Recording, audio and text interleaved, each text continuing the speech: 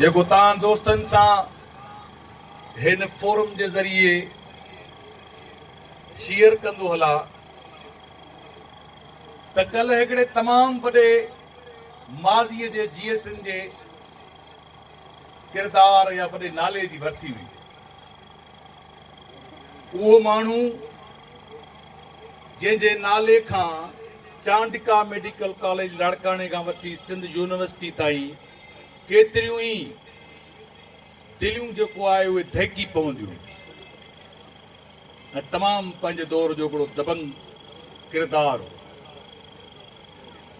पर हुन जी वरसीअ ते काल कंहिं बि हुनखे यादि न कयो।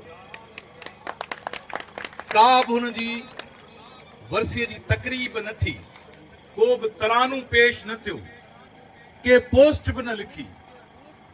सबबु छा हो? सबबु इहो हो त हू पंहिंजे महवर तां थिड़ी वियो। हुन साईं जेम्स जी तारीख़ खां पाण खे धार करे छॾियो। उहो पीपल्स पार्टी में हलियो वियो। नतीजे तौर ते हुनजी सॼी ज़िंदगीअ जो जेको माज़ी हो, हज़ारे कमज़ोरियुनि जे बावजूदि जेको हुनजो माज़ी हो, उहो माज़ी तारीख़ जे दज़ में लटिजी वियो। उन माण्हुनि जी कंहिं काल के हुनजे क़बर ते वञी ॾियो बि रोशन कोन कयो। उन माण्हू जो नालो सतार बोरियो। पर गौस बख्श ख़ासकेली जे लाइ आऊं ठटे खां पंधु करे आयो आहियां।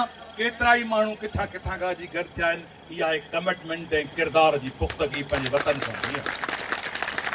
कंहिं चयो आहे शाइर त चने सर 4 ॾींहं दो लाज़वाल माण्हू बाकमाल थिए थो किरदार सां। त जेका कमिटमेंट आहे सिंध में हज़ारनि जे तइदाद में सैयद पैदा थिया आहिनि। कानी करामत वारा बि थिया आहिनि, दुआ धागे फीणे वारा बि थिया आहिनि। पर लतीफ़ ऐं जेम्स सैयद जे बराबरी जो हिकिड़ो बि सैयद पैदा कोन थी सघियो।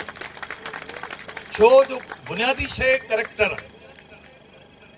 लतीफ़ ऐं साईं जेम्स सैयद जे किरदार जी अज़मत खे को माण्हू पहुची कोन सघियो। त मुंहिंजा दोस्तो ऐं साथियो,